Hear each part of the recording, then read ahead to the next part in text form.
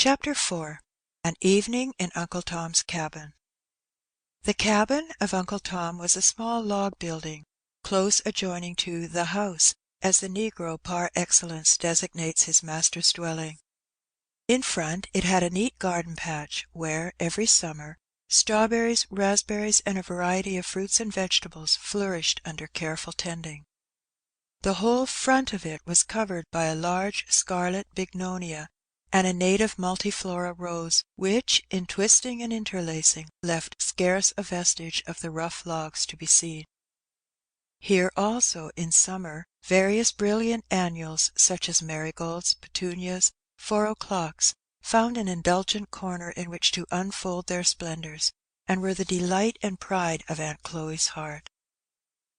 Let us enter the dwelling.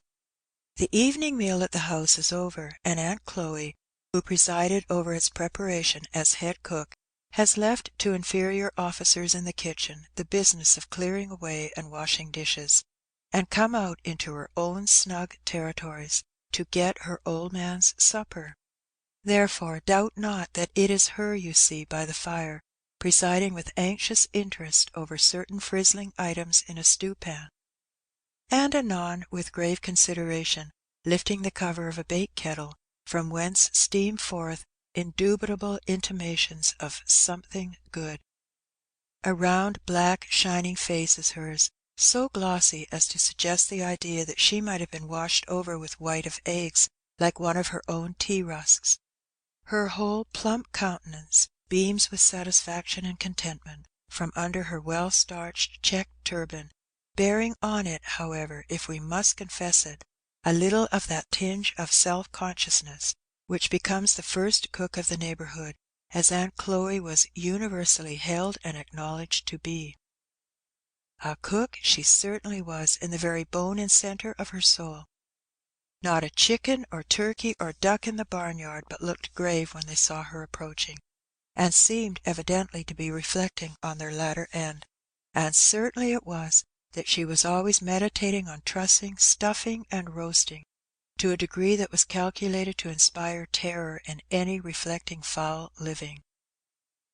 Her corn cake, in all its varieties of hoe cake, dodgers, muffins, and other species too numerous to mention, was a sublime mystery to all less practised compounders, and she would shake her fat sides with honest pride and merriment, as she would narrate the fruitless efforts that one and another of her compeers had made to attain to her elevation. The arrival of company at the house, the arranging of dinners and suppers in style, awoke all the energies of her soul, and no sight was more welcome to her than a pile of travelling trunks launched on the verandah, for then she foresaw fresh efforts and fresh triumphs. Just at present, however, Aunt Chloe is looking into the bake pan, in which congenial operation we shall leave her till we finish our picture of the cottage. In one corner of it stood a bed, covered neatly with a snowy spread, and by the side of it was a piece of carpeting of some considerable size. On this piece of carpeting Aunt Chloe took her stand, as being decidedly in the upper walks of life, and it and the bed by which it lay, and the whole corner, in fact, were treated with distinguished consideration, and made, so far as possible, sacred from the marauding inroads and desecrations of little folks. In fact, that corner was the drawing-room of the establishment. In the other corner was a bed of much humbler pretensions, and evidently designed for use.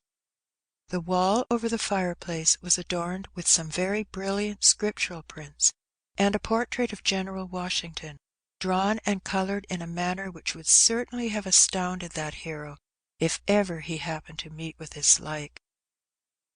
On a rough bench in the corner a couple of woolly-headed boys, with glistening black eyes and fat shining cheeks, were busy in superintending the first walking operations of the baby, which, as is usually the case, consisted in getting up on its feet, balancing a moment, and then tumbling down, each successive failure being violently cheered as something decidedly clever.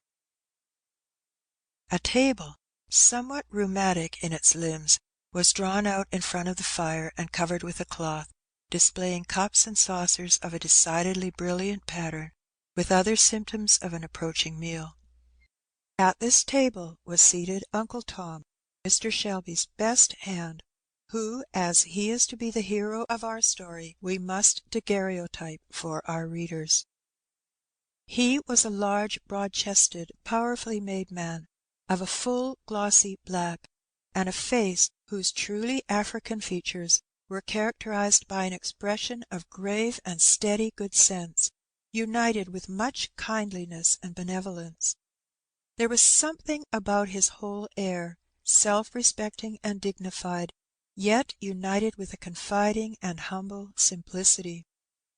He was very busily intent at this moment on a slate lying before him, on which he was carefully and slowly endeavouring to accomplish a copy of some letters, in which operation he was overlooked by young Mas'r George, a smart, bright boy of 13, who appeared fully to realize the dignity of his position as instructor. "Not that way, Uncle Tom, not that way," said he briskly, as Uncle Tom laboriously brought up the tail of his G the wrong side out. "That makes a Q, you see." "Law sakes, now, does it?" said Uncle Tom, looking with a respectful, admiring air, as his young teacher flourishingly scrawled Q's and G's innumerable for his edification, and then, taking the pencil in his big, heavy fingers, he patiently recommenced. "How easy white folks allus does things," said Aunt Chloe, pausing while she was greasing a griddle with a scrap of bacon on her fork, and regarding young Master George with pride. "The way he can write now, and read too, and then to come out here evenings and read his lessons to us. It's mighty interestin'." "But, Aunt Chloe, I'm getting mighty hungry," said George. "Isn't that cake in the skillet almost done?" "Most done, Massa George," said Aunt Chloe, lifting the lid and peeping in. "Browning beautiful, a real lovely brown. Ah, let me alone for dat. Missus let Sally try to make some cake t'other day, just to larn her, she said. 'Oh, go 'way, missus,' said I. 'It really hurts my feelin's now to see good vittles spilt dat 'ere way, cake riz all to one side, no shape at all, no more than my shoe, go 'way.'"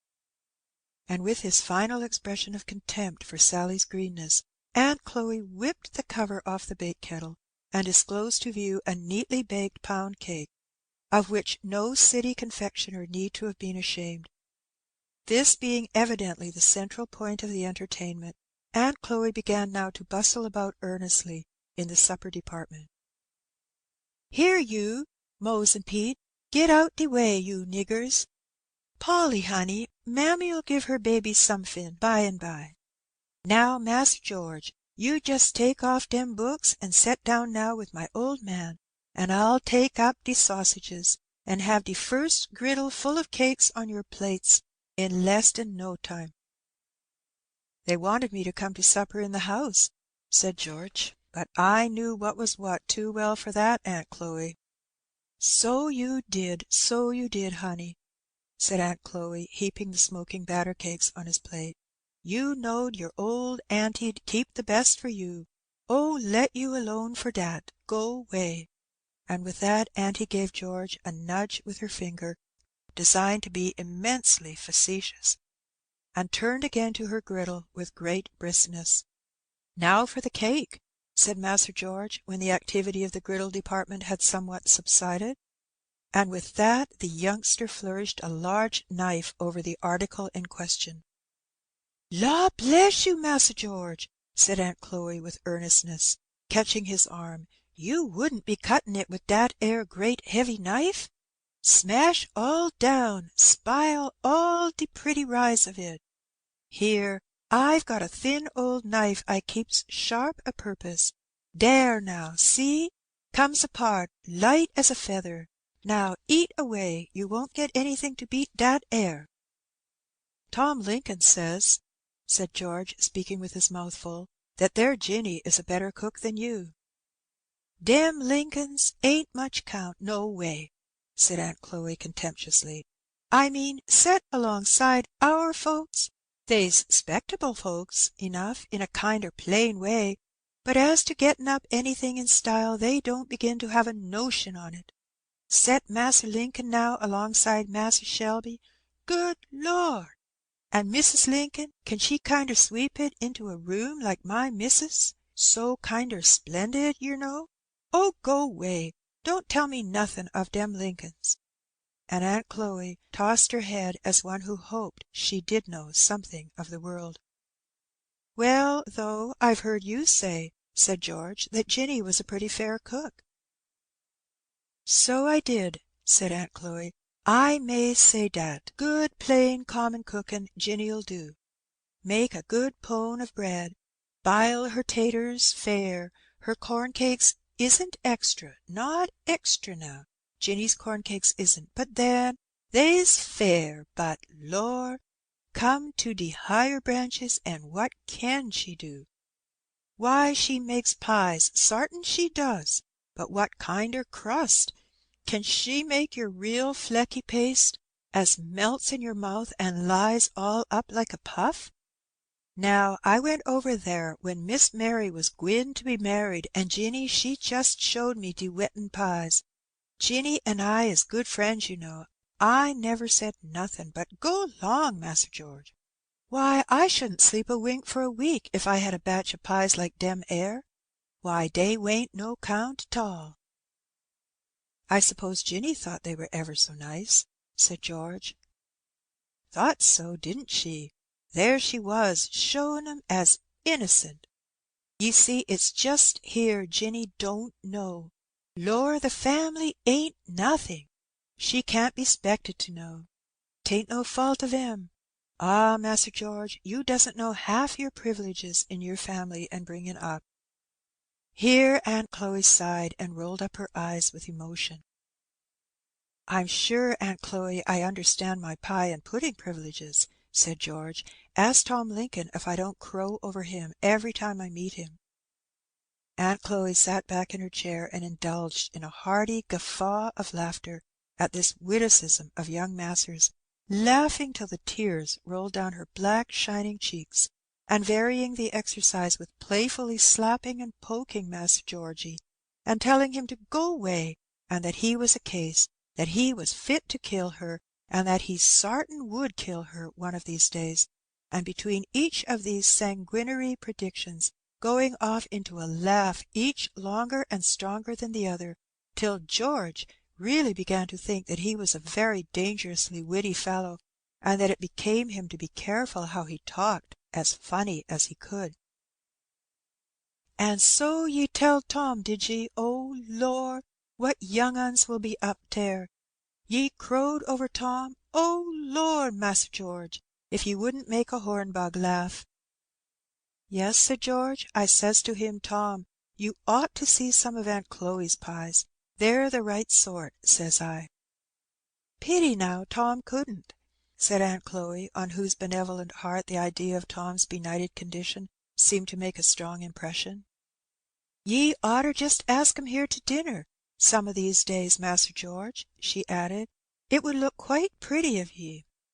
You know, Massr George, ye oughtn't-ter feel above nobody on 'count your privileges, 'cause all our privileges is gin to us. We ought allays to 'member that," said Aunt Chloe, looking quite serious. "Well, I mean to ask Tom here some day next week," said George, "and you do your prettiest, Aunt Chloe, and we'll make him stare. Won't we make him eat so he won't get over it for a fortnight?" "Yes, yes, sartin," said Aunt Chloe, delighted. "You'll see. Lor, to think of some of our dinners! Yer mind dat 'ere great chicken pie I made when we guv de dinner to General Knox? I and missus, we come pretty near quarrelling over dat 'ere crust. What does get into ladies sometimes, I don't know, but sometimes when a body has de heaviest kind of 'sponsibility on them, as ye may say, and is all kinder ser'ous and taken up, dey takes dat 'ere time to be hanging round and kinder interferin'. Now, missus, she wanted me to do it dis way, and she wanted me to do it dat way. and finally I got kinder sarcy, and says I, 'Now, missus, do just look at them beautiful white hands o' yourn, with long fingers, and all a sparkling with rings, like my white lilies when de dew's on 'em, and look at my great black stumpin' hands. Now, don't ye think dat de Lord must have meant me to make de pie crust, and you to stay in de parlour?' Dere, I was just so sarcy, Mass George." "And what did mother say?" said George. "Say? Why, she kinder larfed in her eyes, dem great handsome eyes o' hern, and says she, 'Well, Aunt Chloe, I think you are about in the right on't,' says she, and she went off to de parlour. She oughter cracked me over de head for being so sarcy, but dere's where 'tis. I can't do nothin' with ladies in de kitchen." "Well, you made out well with that dinner. I remember everybody said so," said George. "Didn't I? And wa'n't I behind de dining room door dat berry day? And didn't I see de General pass his plate 3 times for some more dat berry pie? And, says he, 'You must have an uncommon cook, Mrs. Shelby.' Lor, I was fit to split myself." "And de General, he knows what cookin' is," said Aunt Chloe, drawing herself up with an air. "Berry nice man, de Gineral. He comes of one of de berry fustest families in old Virginny. He knows what's what now as well as I do, de Gineral.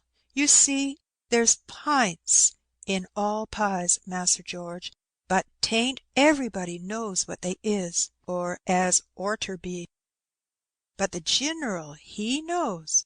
I knew by his marks he made. Yes, he knows what de p'ints is." By this time Master George had arrived at that pass to which every boy can come under uncommon circumstances when he really could not eat another morsel, and therefore he was at leisure to notice the pile of woolly heads and glistening eyes which were regarding their operations hungrily from the opposite corner. "Here, you, Mose Pete," he said, breaking off liberal bits and throwing it at them, "you want some too, don't you? Come, Aunt Chloe, bake them some cakes." And George and Tom moved to a comfortable seat in the chimney corner, while Aunt Chloe, after baking a goodly pile of cakes, took her baby in her lap and began alternately filling its mouth and her own, and distributing to Mose and Pete, who seemed rather to prefer eating theirs as they rolled about on the floor under the table, tickling each other and occasionally pulling the baby's toes. "Oh, go 'long, will ye?"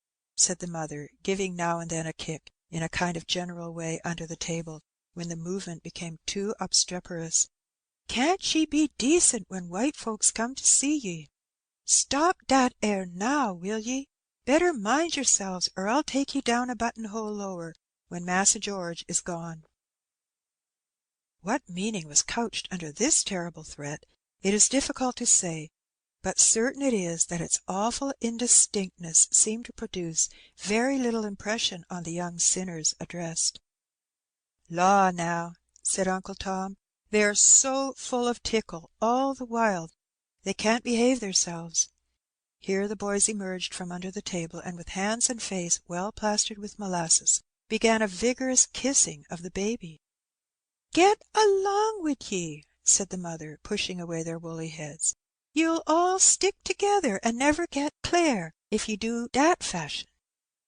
Go 'long to de spring and wash yourselves," she said, seconding her exhortations by a slap which resounded very formidably, but which seemed only to knock out so much more laugh from the young ones, as they tumbled precipitately over each other out of doors, where they fairly screamed with merriment. "Did you ever see such aggravating young uns?" said Aunt Chloe, rather complacently, as, producing an old towel, kept for such emergencies, she poured a little water out of the cracked teapot on it, and began rubbing off the molasses from the baby's face and hands. And having polished her till she shone, she set her down in Tom's lap while she busied herself in clearing away supper. The baby employed the intervals in pulling Tom's nose, scratching his face, and burying her fat hands in his woolly hair, which last operation seemed to afford her special content. "Ain't she a pert young un?" said Tom, holding her from him to take a full-length view. Then, getting up, he set her on his broad shoulder, and began capering and dancing with her, while Master George snapped at her with his pocket-handkerchief, and Mose and Pete, now returned again, roared after her like bears, till Aunt Chloe declared that they fairly took her head off with their noise, as, according to her own statement, this surgical operation was a matter of daily occurrence in the cabin. The declaration no whit abated the merriment, till every one had roared and tumbled and danced themselves down to a state of composure. "Well, now, I hopes you're done," said Aunt Chloe, who had been busy in pulling out a rude box of trundle bed. "And now you, Mose, and you, Pete, get into there, for we's goin' to have the meetin'." "Oh, mother, we don't want ter. We wants to sit up to meetin'. Meetin's is so cur'ous. We likes 'em." "Law, Aunt Chloe, shove it under, and let 'em sit up," said Master George decisively, giving a push to the rude machine. Aunt Chloe, having thus saved appearances, seemed highly delighted to push the thing under, saying, as she did so, "Well, maybe 'twill do 'em some good." The house now resolved itself into a committee of the whole to consider the accommodations and arrangements for the meeting. "What we's to do for cheers, now, I declare I don't know," said Aunt Chloe. As the meeting had been held at Uncle Tom's weekly for an indefinite length of time without any more cheers, there seemed to be some encouragement to hope that a way would be discovered at present. "Old Uncle Peter sung both de legs out of dat oldest cheer last week," suggested Mose. "You go along, I'll boun' you pulled 'em out." "Some o' yours shines," said Aunt Chloe. "Well, it'll stand if it only keeps jam up agin de wall," said Mose. "Den Uncle Peter mustn't sit on it, 'cause he allers hitches when he gets a singin'. He hitched pretty nigh across the room t'other night," said Pete. "Good Lord, get him in it then," said Mose, "and den he'd begin, 'Come, saints and sinners, hear me tell,' and den down he'd go." And Mose imitated precisely the nasal tones of the old man, tumbling on the floor to illustrate the supposed catastrophe. "Come now, be decent, can't ye?" said Aunt Chloe. "Ain't yer 'shamed?" Master George, however, joined the offender in the laugh, and declared decidedly that Mose was a buster. So the maternal admonition seemed rather to fail of effect. "Well, old man," said Aunt Chloe, "you'll have to tote in them 'ere barrels." "Mother's barrels is like dat 'ere widder's Master George was reading 'bout in de good book. Dey never fails," said Mose aside to Peter. "I'm sure one of 'em caved in last week," said Pete, "and let 'em all down in de middle of de singing. Dat 'ere was failin', warn't it?" During this aside between Mose and Pete, 2 empty casks had been rolled into the cabin, and being secured from rolling by stones on each side, boards were laid across them, which arrangement, together with the turning down of certain tubs and pails, and the disposing of the rickety chairs, at last completed the preparation. "Massa George is such a beautiful reader now, I know he'll stay to read for us," said Aunt Chloe. "'Pears like 'twill be so much more interestin'." George very readily consented, for your boy is always ready for anything that makes him of importance. The room was soon filled with a motley assemblage, from the old grey-haired patriarch of 80 to the young girl and lad of 15. A little harmless gossip ensued on various themes, such as where old Aunt Sally got her new red head-kerchief, and how missus was a-goin' to give Lizzie that spotted muslin gown when she'd got her new barège made up, and how Mas'r Shelby was thinking of buying a new sorrel colt that was going to prove an addition to the glories of the place. A few of the worshippers belonged to families hard by, who had got permission to attend, and who brought in various choice scraps of information about the sayings and doings at the house, and on the place, which circulated as freely as the same sort of small change does in higher circles. After a while the singing commenced, to the evident delight of all present. Not even all the disadvantage of nasal intonation could prevent the effect of the naturally fine voices in airs at once wild and spirited. The words were sometimes the well-known and common hymns sung in the churches about, and sometimes of a wilder, more indefinite character, picked up at camp meetings. The chorus of one of them, which ran as followed, was sung with great energy and unction. Die on the field of battle, die on the field of battle, glory in my soul. Another special favourite had oft repeated the words, "Oh, I'm going to glory. Won't you come along with me? Don't you see the angels beckoning and a-calling me away? Don't you see the golden city and the everlasting day?" There were others which made incessant mention of Jordan's banks and Canaan's fields, and the New Jerusalem, for the negro mind, impassioned and imaginative, always attaches itself to hymns and expressions of a vivid and pictorial nature, and as they sung, some laughed and some cried, and some clapped hands or shook hands rejoicingly with each other, as if they had fairly gained the other side of the river. Various exhortations or relations of experience followed and intermingled with the singing. One old grey-haired woman, long past work, but much revered as a sort of chronicle of the past, rose and, leaning on her staff, said, "Well, chillen, well, I'm mighty glad to hear ye all and see ye all once more, 'cause I don't know when I'll be gone to glory, but I've done got ready, chillen. 'Pears like I'd got my little bundle all tied up and my bonnet on, just a-waitin' for the stage to come along and take me home. Sometimes in the night I think I hear the wheels a-rattlin', and I'm lookin' out all the time. Now you just be ready too, for I tell ye all, chillen," she said, striking her staff hard on the floor, "dat 'ere glory is a mighty thing. It's a mighty thing, chillen. You don't know nothin' about it. It's wonderful." And the old creature sat down with streaming tears, as wholly overcome, while the whole circle struck up, "O Canaan, bright Canaan, I'm bound for the land of Canaan." Master George, by request, read the last chapters of Revelation, often interrupted by such exclamations as, "The sakes now, only hear that! Just think on it! Is all that a-comin' sure enough?"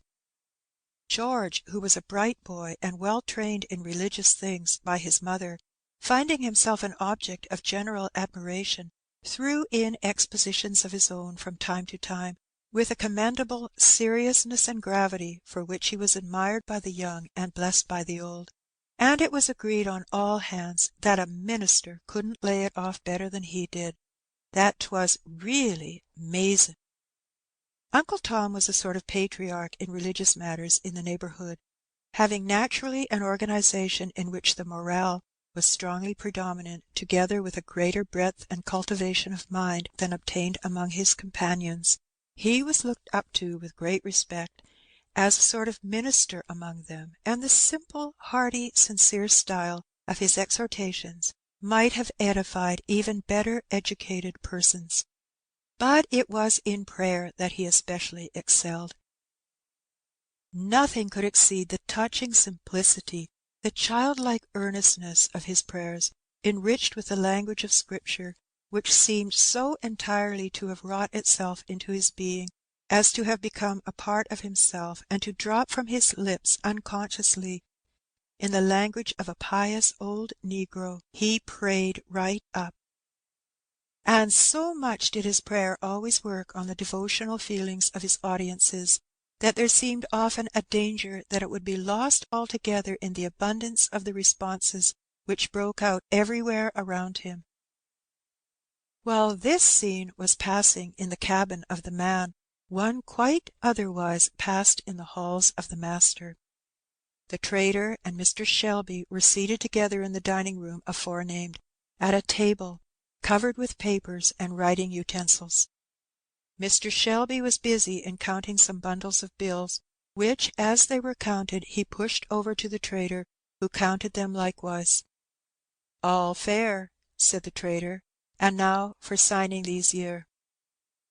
Mr. Shelby hastily drew the bills of sale towards him, and signed them like a man that hurries over some disagreeable business, and then pushed them over with the money. Haley produced from a well-worn valise a parchment which, after looking over it a moment, he handed to Mr. Shelby, who took it with a gesture of suppressed eagerness. "Well, now, the thing's done," said the trader, getting up.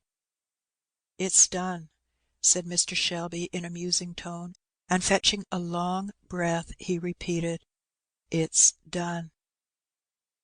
"Yer don't seem to feel much pleased with it, 'pears to me," said the trader. "Haley," said Mr. Shelby, "I hope you'll remember that you promised, on your honour, you wouldn't sell Tom without knowing what sort of hands he's going into." "Why, you've just done it, sir," said the trader. "Circumstances, you well know, obliged me," said Shelby haughtily. "Well, you know they may 'blige me too," said the trader. "Howsomever, I'll do the very best I can in getting Tom a good berth. As to my treating on him bad, you needn't be a grain afeared.